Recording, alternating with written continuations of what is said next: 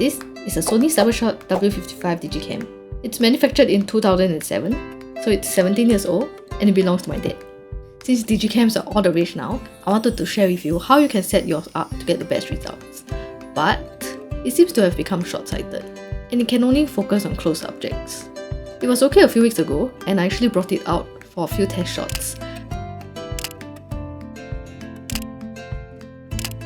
But then, it started having problems with the image being blurry at the sides. So since it can't focus well anyway, I decided to just shoot close-up.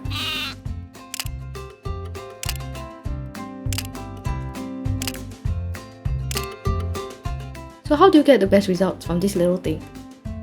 Digicams like this work the best at low ISO. And by low I mean something like ISO 100.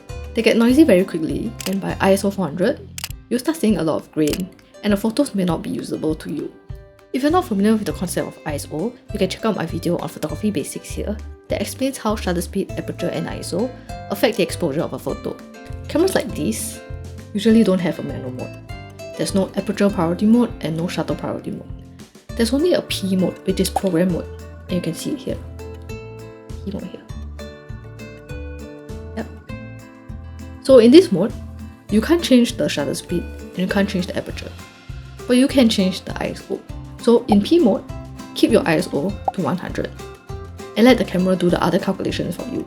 But having said that, if you're shooting at ISO 100, it means that you need a lot of light. This is because if your ISO is at 100, while your scene is not bright enough, the camera will automatically use a slow shutter.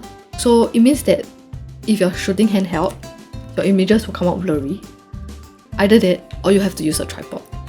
So at the end of the day, cameras like this need a lot of light. So whatever you're shooting, just remember to keep the ISO to 100 and shoot in really bright light so that you can get the best quality photos from this little guy. Have fun with your Digicam and see you in the next video.